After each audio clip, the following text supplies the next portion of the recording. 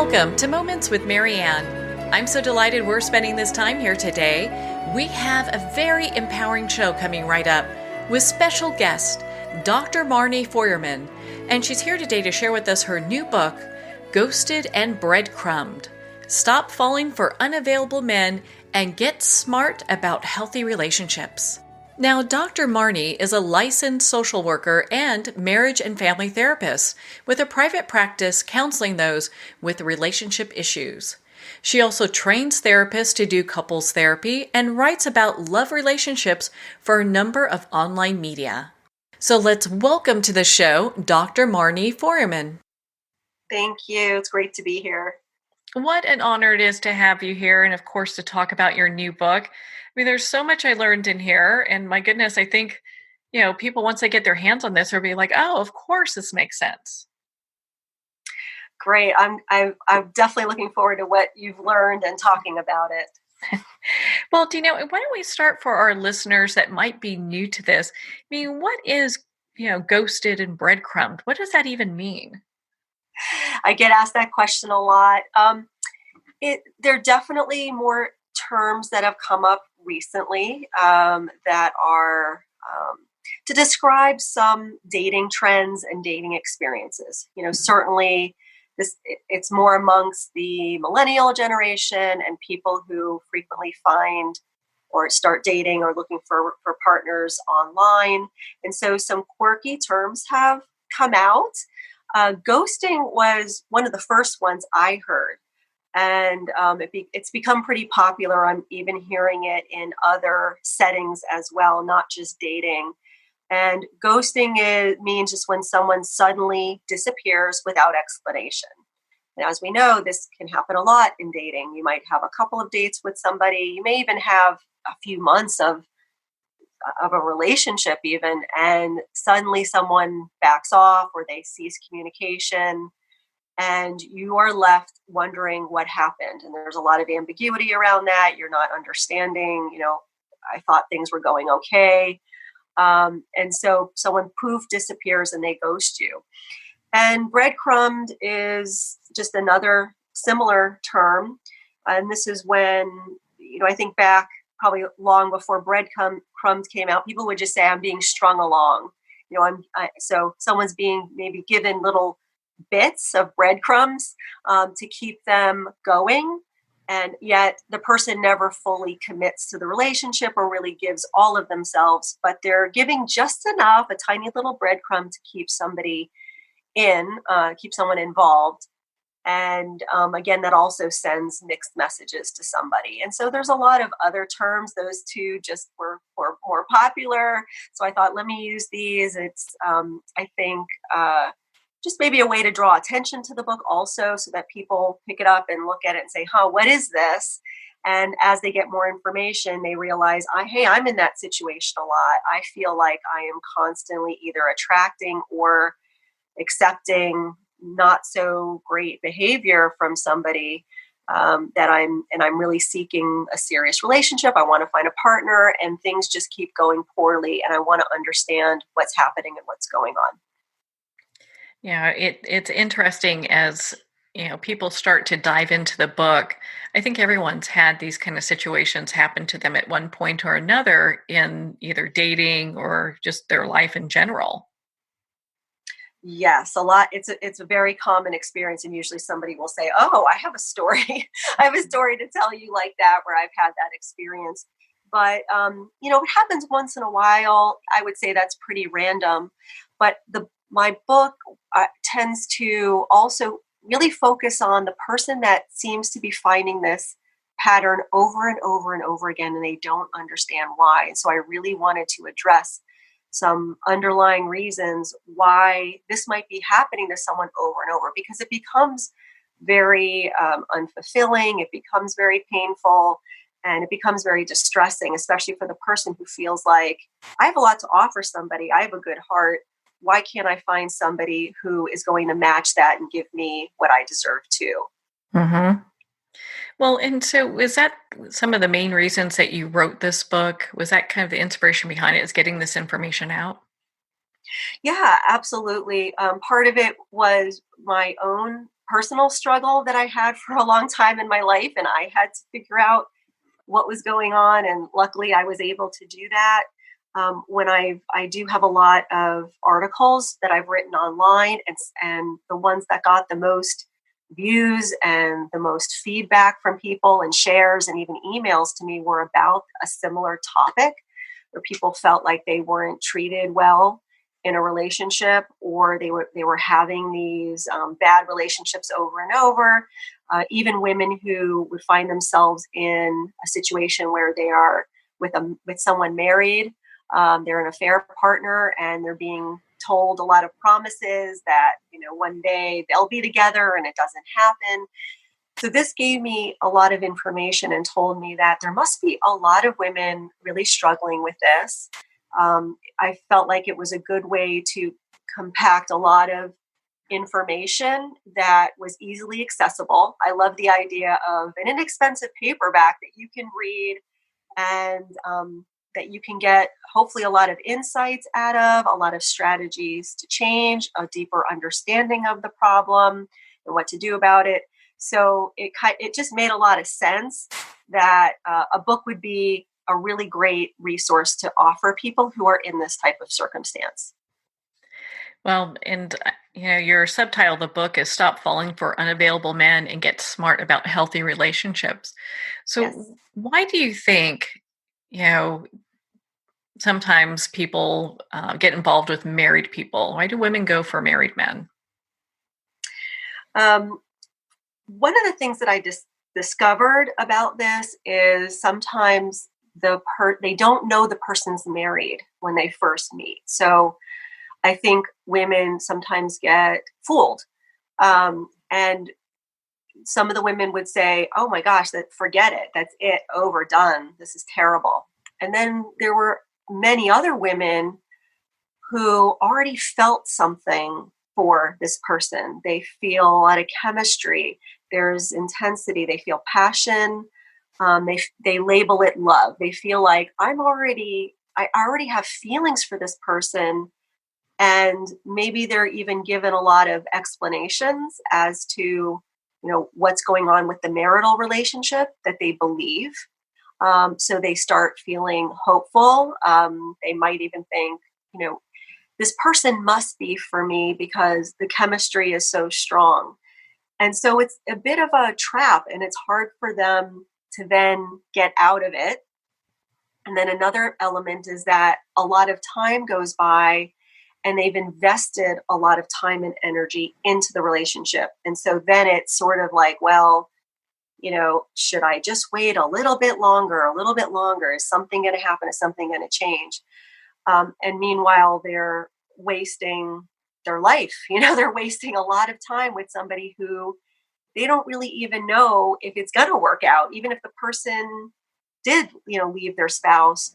And if it doesn't happen pretty quickly, like in the beginning, if things don't really line up quickly, where the person says, "Yes, I'm actually separated, I'm filing divorce, I'm leaving," and then it happens pretty quickly. Um, if it's not that situation, a lot of women end up feeling like they did waste a lot of time on the hope that the relationship was going to work out, and it doesn't. And then they're really unhappy with themselves, and they feel really bad, even worse about themselves here. And they feel lied to and betrayed. And so I think it happens partly accidentally. And then people get sucked up in the feelings of it and how they feel for this person. And then they end up staying, or they end up believing what the man is telling them. And so it keeps them hooked. So that's how I think that can happen. Well, it's interesting. I mean, I think back when I used to spend time with friends in LA. We would go to different restaurants and wait for traffic to die down so I can drive back home. And we'd have guys that would come up and talk with us. And I often would hear, "Oh, well, I'm separated or I'm divorced." And, one of the questions I'd ask them is like, "Well, does your spouse know that?" Because sometimes, Right. It's smart that you knew to ask that. it doesn't mean I'd get a straight answer, but so. Right. And people do fool, they slip the ring off into Mhm. their pocket when they're at a bar, and these are not high quality men that are doing that. So I want women to really know, like, you're already getting off on a faulty foundation, and the person has essentially lied to you. So that's something I want people to stay more in their rational brain about this, and not fall for it and not get stuck in it. And when they realize it's happening, the sooner the better to get out of the situation. Yeah. Why do you think so many men are so emotionally unavailable? I think that men are born with a similar capacity to be emotionally connected. However, I think more of it maybe has to do with parenting and with the way they're socialized. We're starting to realize that we often are socializing men in very traditional masculine roles now. And this, I think, was probably maybe while I was writing the book or after, I was starting to hear the term toxic masculinity. I think that's the piece of it that we're seeing as well. So we're not really helping them be more emotionally expressive and be more tuned into their inner emotional world and put it into words and realize that that's how people connect, and that it's also okay to show vulnerability. So I think we look down on that with men, and hopefully that's going to change. But I think women naturally do that. I think it's rewarded. I think we are very relational, nurturing.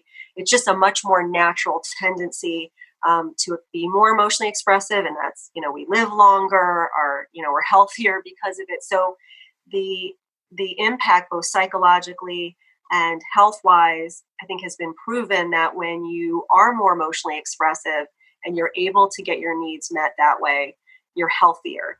And so I think we just have to do a much better job with helping men with that. And I think that's hopefully starting to happen and starting to change, because if we perpetuate these norms, we're not doing anyone any good. It's not helping romantic relationships, but it's also not helping men health-wise to do that. Well, I think, we're in such a great time because there's so much dialogue going on in regards to just, when we look at roles that men play, and, and the ability to express their feelings. I think it allows them to be more authentic, than and probably been. empathic. Yes, authentic, and also have empathy. And so when they're being that we've got a lot of men doing, let's say, inappropriate behaviors towards women, or making sexual remarks or harassing, or if they had empathy for that behavior. So again, if they were tuned into to what it's like for them emotionally, they may not do those behaviors either. So I think that's a big part of it. Oh yeah. I mean, 20 years ago, these conversations weren't happening. Right. Right. So It's yes, like, we're moving in the right direction for sure. well, and with that, what are some of the healthy, just the healthy things that we can look for in relationships, and maybe some of the red flags? Sure. I think the heart of it that I like to impart to people is that you're going to want to see that there's honesty, integrity, there's transparency, that somebody shows accountability for their behavior, that they are emotionally engaged, they're present, they show up, they're accountable. So things line up. Their words, their actions line up. That they are reliable, especially reliable and consistent. So once you get the inconsistency, once you get somebody backing off or minimizing your needs or your feelings, like right away, you start to feel the distress of that disconnection. But you also start to question how secure and safe the relationship is. So I think as far as the red flags go, it would be the opposite of that. If you're getting a lot of mixed messages, if someone says, I'll call you at 8, you don't get a call at 8, and then the next day you're saying what happened and you get some flimsy, weird excuse, and there's no accountability and there's no, oh gosh, I'm really sorry. My mind, it slipped my mind and that wasn't right. I won't do that again. Really paying attention to how reliable and consistent the person is with you, because that's what builds the foundation. That's what builds the security and the safety, and also certainly the feeling that the person is honest and often we feel that in our guts when we think somebody isn't being honest and forthcoming with us. So tuning into that, not denying that or not minimizing that, but really taking a look at that and honoring what your gut is telling you about that person. Well, and I like how you shared with us earlier how a lot of times women get kind of in relationships, develop these feelings and feel stuck. Is there ever a point where they should, we look at this, we're like, I really need to step back and not really pay so much attention to my heart, but to my mind on what's really happening here? Yeah, I wish everybody would do that, really, Mm-hmm. because I think we would make much better choices. I think if we look at the science of love and neurobiology and what happens to us when we meet someone and we feel the initial attraction. The attraction, I think, is important because that's evolutionary. That's what causes us to connect and get together and perpetuate the species. But at the same time, in those initial stages of what we're calling love, it's really infatuation, it's lust, it's intensity, it's chemistry. But at the same time, it flatlines the part of our brain that is more rational, that makes better judgments, that's more logical, that thinks more clearly. So we're making a decision almost as if we are high on drugs. And there's been experiments that have proven that. So we've taken people, put them in MRI machines. We've looked at their brain and how it lights up when they're in those early stages of love. And it's very similar to being high. So if you think about making a decision high, you're not often making the best decisions. And so I want people to just be aware that there are a lot of there's a whole chemical and hormonal reaction that clouds the judgment, and that of course the loving feelings and that passion feels great, but at the same time, if we can keep online the logical, rational part of our brain as much as possible, we're going to be making the best possible decision for us and for a compatible relationship. Well, and to kind of dovetail with this, in your book, you talk about attachments. And I found it really interesting because a lot of times when people think of attachments, it can seem like it has this negative connotation. But, in romantic relationships, you're saying that it's important. Yes, it's tremendously important. Attachment, I talk about it in the context of attachment theory, which is a very well-proven theory in psychology about these early patterns with our families, a primary caregiver, usually the mother, not always, but people in our lives who responded to us and took care of us because we were born helpless. We can't take care of ourselves. And the quality of that bond, because we know it can be on a continuum. We have parents who are super responsive and loving and caring and really help us, guide us and tend to our feelings and all of that. But we know that there's parents who have been absent from that, don't do that, have been neglectful, have been even abusive or extremely inconsistent.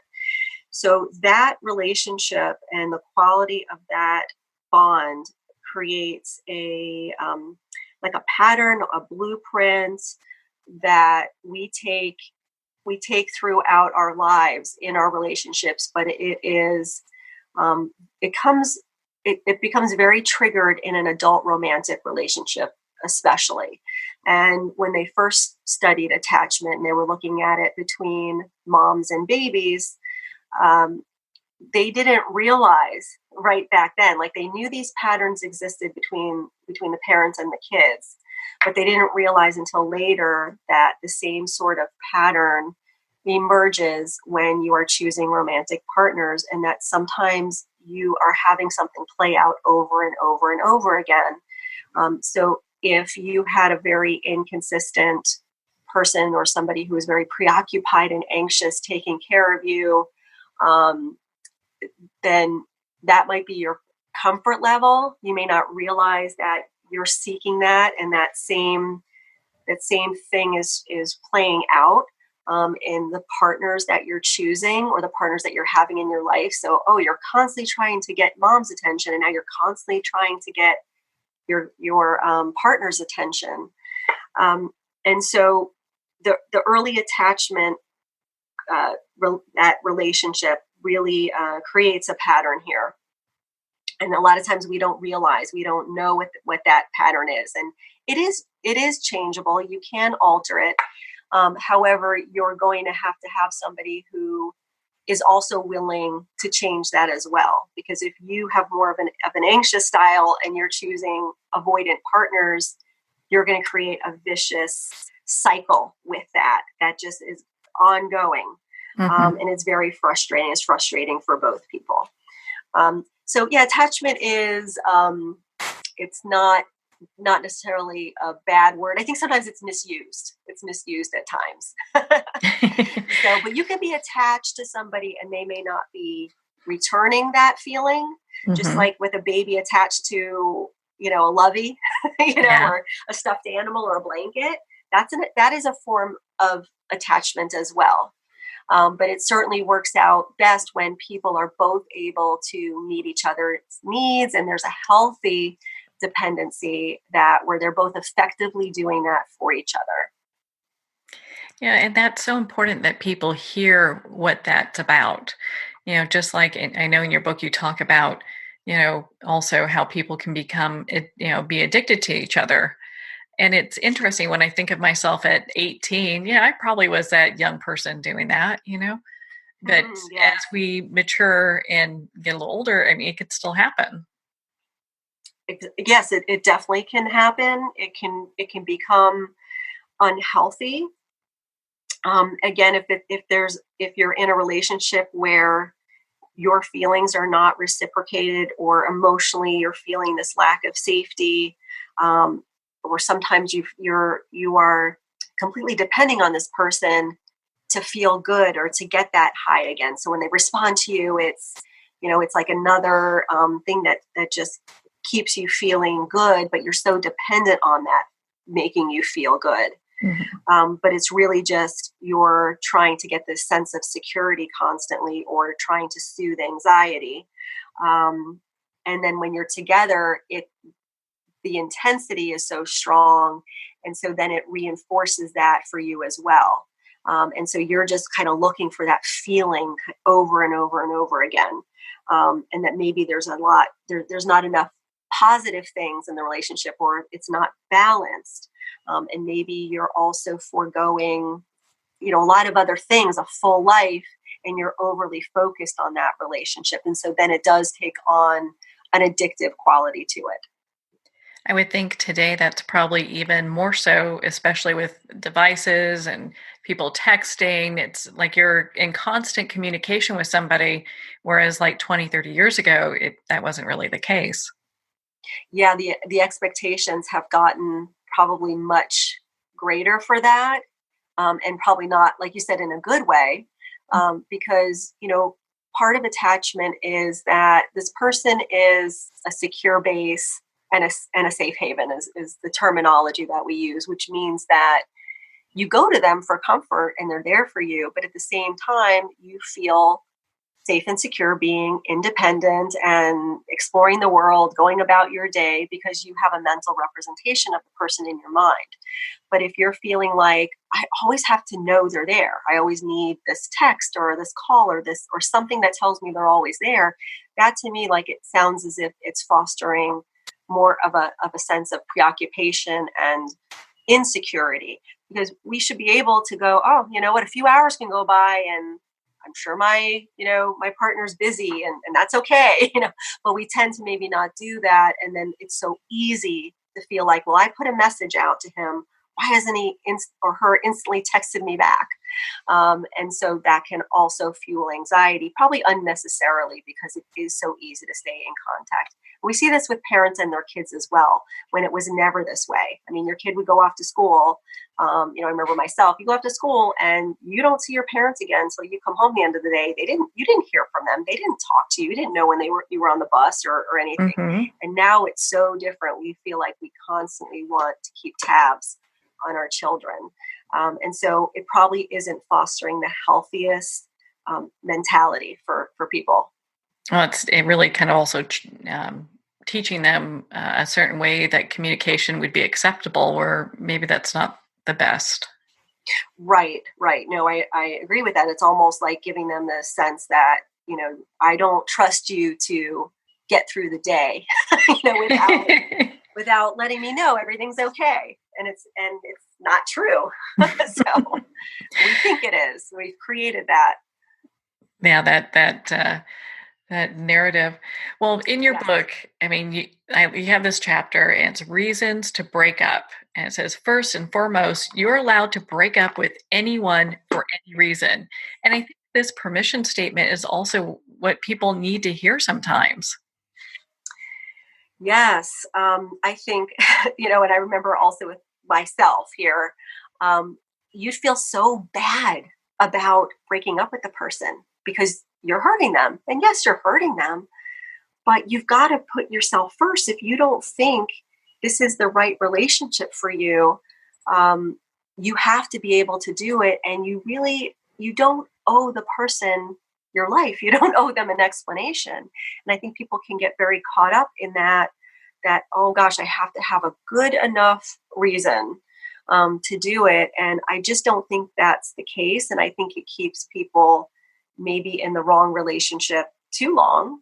And I think you're denying yourself in a way that just doesn't make a lot of sense to me. So yes, I wanted to give that permission statement in there. Well, and you also have this great section where, let's say someone's looking to develop that healthy relationship that, they're craving to have. You have dating do's and don'ts so that they kind of understand some of the landscape of what's okay dating. Yes. And I know that there's still a lot of confusion at times around dating. It can be confusing. But I think people should really pay close attention. I think the first couple of dates, maybe even the first date, it can be a microcosm for how things are going to look with that person. And I think a lot of people give more information than they even realize. So if you're on a date with somebody and you're really paying attention to their words, their actions, what they're saying, a lot of this can be very nuanced. But I think the more I get, maybe the word is like mindfully engage in dating and really pay attention and not just get lost in our feelings, especially when there's strong attraction, we'll stay more grounded in the process. So an example might be you're trying to, let's say, get to know the person better. And anytime you ask a question about work, about family, about, typical things you might talk about on a first date, and you find that they're always evasive or they're defensive or they don't want to talk about it, or they change the subject. And sometimes we just sort of float along with that, but be curious about it. Why are they not willing to share and talk? And are things that they're saying making sense? Do things add up? Just being more mindfully engaged when you are meeting somebody initially, so that you can really discern, is this a good partner for me? Do we have aligned goals and values, and are things sounding like they make sense? That's just going to help you make these decisions in a more practical way, and that you're more likely to have a successful relationship and also avoid relationships that just are not going to work out in the long run. That's such important advice. My goodness. I mean, Ghosted and Breadcrumbed. Great read.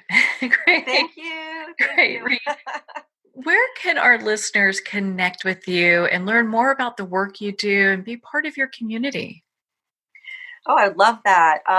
They can find me online at drmarnionline.com, and that's all one word, drmarnionline.com. And they can sign up for my newsletter to keep in touch. They can also find a way to contact me and reach out, and certainly and more about the book. And the book is everywhere books are sold, and on Amazon, audio, Kindle, paperback, so whatever works for you. And I'd be happy to hear from your listeners and answer any additional questions and get feedback about the book. And of course, they can go and pick up the copy of their own copy of the book, Ghosted and Breadcrumbed, Amazon, Barnes & Noble, and all indie retailers. Dr. Marni, thank you so much for taking the time to be on the show with us here today. Oh, my pleasure. Thank you, too. I really had a great time chatting with you about this topic. Well, thank you, Dr. Marni. It's been such an honor to spend this time with you and, of course, to talk about your new book, Ghosted and Breadcrumbed. Ghosted and Breadcrumbed is available at Amazon, Barnes & Noble, and all indie retailers. And again, if you'd like to connect with Dr. Marni, you can at her website, thetalkingsolution.com. Well, we're at the end of our time today. I would like to thank everyone for tuning in. You're listening to Moments with Marianne. And remember, make every moment count.